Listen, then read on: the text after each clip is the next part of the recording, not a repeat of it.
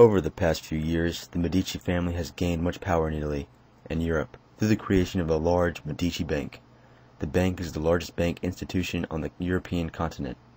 The Medicis, as a result, are one of the richest families in Europe and one of the most powerful families in Italy. Although they don't show it and are technically just citizens, they have very large influence in Italy, almost as much as the king's family would. Their power keeps growing because, as they are commoners turned aristocrats, they are the only connection between commoners and aristocrats. For this reason, the commoners invest themselves in the Medicis. They throw themselves to the mercy of the family, so that their ideas can be heard by the nobles. And I am friends with the son of Giovanni de' Medici, who created the incredible bank. His name is Cosmo. Personally, I am not from Italy. I am an English knight, one of the few that remain in the current European Renaissance. While most knights are knights for money and entertainment, I still believe in honor, bravery, and justice. I believe in valor. I met Cosmo previously when my lord, King Henry IV, sent me to Italy to invest money in the Medici Bank. I became good friends with him, and we still keep in touch. Last month, my generous king gave me a month to travel wherever I wanted in Europe, as he was rewarding me for my good service. I rode down to Florence, where the Medicis lived, to see my good friend Cosmo. When I reached Florence, I donned my night gear, and rode to the Medici mansion on the north side of Florence. One of his servants greeted me at the door, took my horse to the stables, and brought me to the sitting room to wait for Cosmo. He walked into the room, a handsome young man of about 25. I hadn't seen him in nearly 5 years, and I missed him much. He saw me, and with a smile on his face, greeted me like a long-lost brother. He took me in, gave me a room, and we sat down over lunch. There, he told me of everything he had been through these past few years. He told me of the family's rise to power through their bank, of his family's popularity, and of his apprenticeship to his father for the further development of the bank.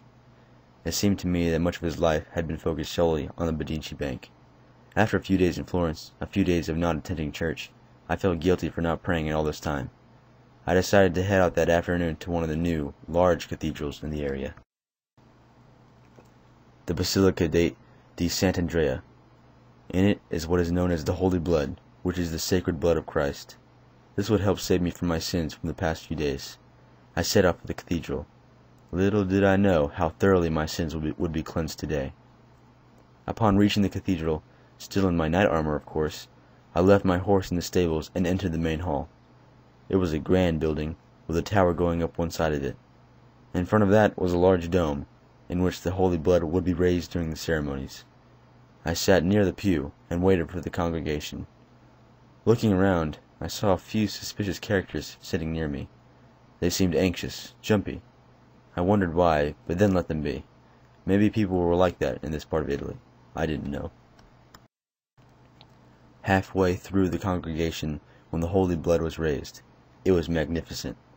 I started to kneel down in the holiness of the relic, when all of a sudden I heard loud shrieking and yelling. As chaos erupted around me, gut instinct had me pull out my sword. Those same suspicious-looking people all had gotten up and formed a wall around the holy blood, while one of them grabbed the blood and started to run off with it. I became angry. How dared the traitors try and steal a holy relic, one of the most holy relics owned by the church? How dare they? I ran towards the wall. It seems I had set an example, for a few other people in the cathedral got up and ran after me towards the traitors. We were soon invested into a full-on battle. The sounds of scuffle had carried to the street, and people began pouring into the cathedral to see what was going on. The priest had run off in fear of his life. I started hacking away at that wall of traitors. I had never been as fully invested in a cause as was now. The traitors had, as it seems, been trained in the art of war. As a group, they had very good tactics and very good fighting skills. I was scared for my life. They outnumbered me 100 to 1, but I would not leave. That would be cowardly. With hardened resolve, I started fighting again.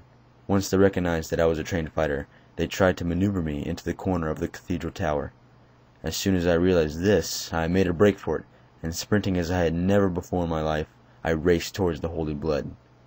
If this cathedral was going to crumble, if this cathedral was going to be permanently stained by the blood of glutinous traitors, the holy blood would have to be saved.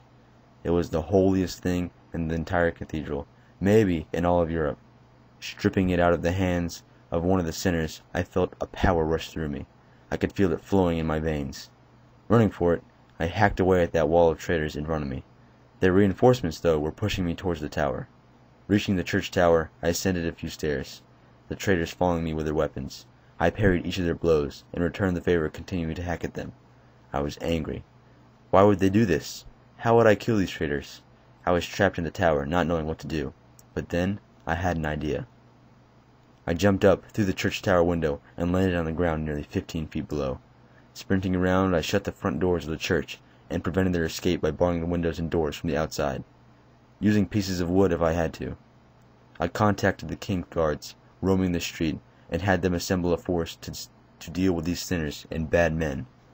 I did just as a true knight would. I was happy. I did my job. I was still confused, though, as to what it all meant.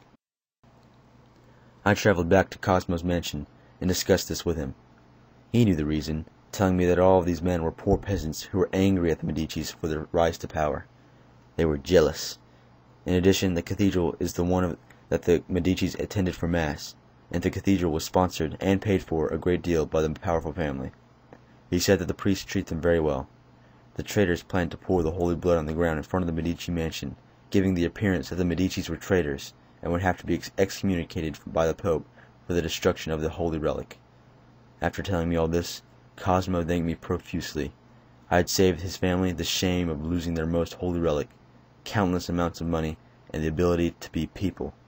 I had saved them from everything they owned. My trip back to England would be a happy one.